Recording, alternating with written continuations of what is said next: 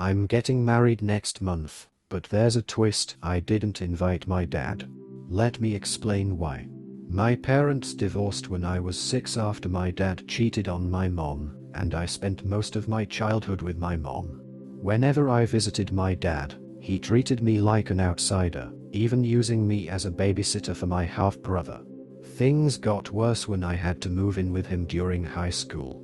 I'm 28-year-old female, and will be getting married next month. I didn't invite my father to the wedding, but now he's trying to get in touch. I think I need to explain the context, because it all started when I was 6 years old, when my parents got divorced after my dad cheated on my mom with my stepmother. After that, I spent most of my time with my mom, but during holidays and vacations, I stayed with my dad. When I was 8, my half-brother, Jake, 20-year-old male, was born, and whenever I was with my dad, I was forced to take care of him. When I started high school, I had to move in with my dad because my mom had to move abroad for work. This period was one of the hardest of my life. My stepmother wasn't a bad person. She tried to include me in things, but she was very submissive to my father. As for my dad, he always treated me like an extra in the house, someone who didn't really belong there. I was constantly responsible for taking care of Jake, and whenever he went out, he would only take my stepmother and Jake, never inviting me. One of the most painful experiences happened when I was 14. My dad announced that the whole family was going to Disney for vacation, but the day before the trip, he told me that he wanted it to be a family moment, their first big trip with Jake. So, I was left home alone. This had already become a pattern. Trips to the beach, zoos, or other outings always included just my stepmother and Jake while I was left behind. My dad didn't like me going out with friends or inviting them over. He said, teenagers together only cause trouble, and because he was controlling, he would call the house phone at random times to check if I was home. He also had a trusted neighbor who would keep an eye on me to make sure I didn't have any visitors. When I turned 16, living with him, the feeling of being an extra only got worse. Everything I had experienced during vacations, the exclusion and sense of abandonment, became part of my daily life. Things came to a head when I turned 18. My dad got a promotion at work and decided to take a family trip to Europe. Since it was my last year of high school, I was excited, thinking I'd finally be included. But then he told me he didn't have enough money for a trip for 4, so it would just be to celebrate Jake's 10th birthday. I had to stay home. That's when I snapped. I told him he was being unfair and that he shouldn't have given me false hope. I explained how I'd felt over the past years, and he called me ungrateful and spoiled, saying that I lived with him rent-free, which was a lie since my mom sent money to support me and I did all the housework because both he and my stepmother worked late. The argument escalated, and he kicked me out of the house, saying I was no longer part of the family and not even his daughter. He literally threw me out and tossed my things onto the sidewalk. Luckily, a friend lived nearby, and I stayed at her place that night. The next day, I went back to see if my dad had calmed down, but I found my things still on the sidewalk, and some even in the trash. My stepmother had kindly saved a few items for me and handed them over. After that, my dad never reached out, except to call and yell at me a month later when my mom stopped sending him money for my expenses. A few months later, I got into an engineering program in another state, where I met my now fiancé, Mark, 29-year-old male. He was a senior, and we soon connected, realizing we had a lot in common. We started dating, graduated, and now work in the same field, though at different companies. A few months ago, Mark proposed, and I happily said yes. I have social media, but I rarely use it. I've had Instagram for about 6 years but haven't even posted 10 pictures. I think one of my relatives must have told my dad about the wedding because about a month after I accepted the proposal, he reached out to me through Instagram, saying he was excited to help with the wedding. I was surprised, both that he had messaged me and that he genuinely thought he would walk me down the aisle. I responded, saying he wouldn't be walking me down the aisle because my stepfather would, and that the wedding would be small, just for my close family. After that, I blocked him. After blocking him, and inspired by reading Reddit stories, I expected calls, messages, and even letters full of insults like ungrateful or spoiled. However, the only thing I received was a letter delivered by Jake. Yes, we still have contact. In the letter, my father expressed how sorry he was. I won't copy the exact words, but to summarize, he said that after kicking me out, he lived a normal life with my stepmother and Jake. But when he saw pictures of my graduation with my mom and stepfather, he started feeling regret. He wanted to talk to me, but his pride held him back. He only decided to reach out now because he realized that his pride got him nowhere and that he wanted to fulfill one of the plans he made when I was born, to pay for my wedding and walk me down the aisle. Honestly, I don't know what to do. I've moved on with my life, and his attempt at redemption after so many years feels a bit too convenient.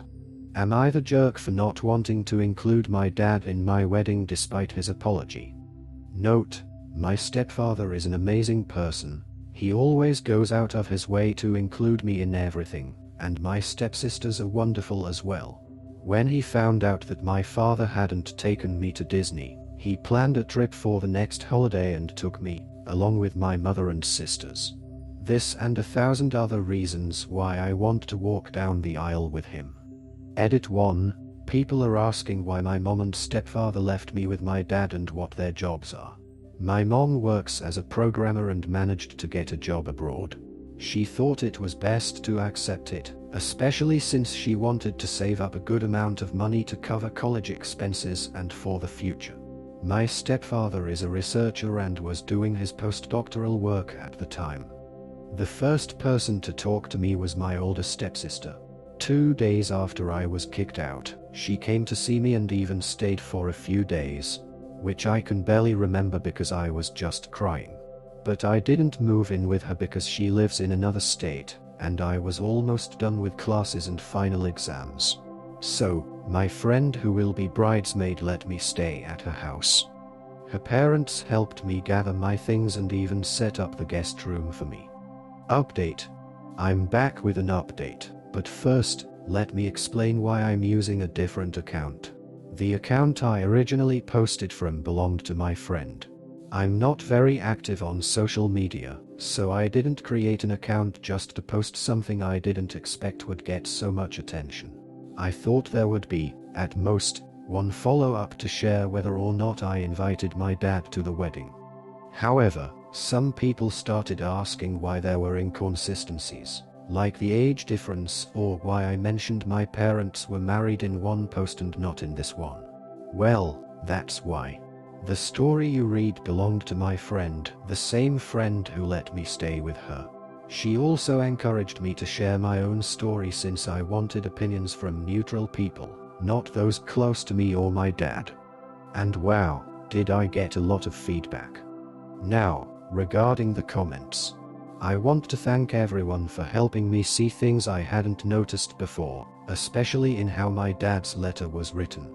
For those wondering, yes, he mostly talked about his feelings and how he felt. Very little was said about me, and even less was about apologizing. He also mentioned how I'm his only daughter, while my stepfather has 2 daughters to walk down the aisle, but he only has me. For those asking why I didn't move abroad with my mom and stepfather, they were supposed to be away for 3 to 5 years, with my mom likely needing to change companies every year. My stepfather was also deep in his research, so their lives were pretty unstable.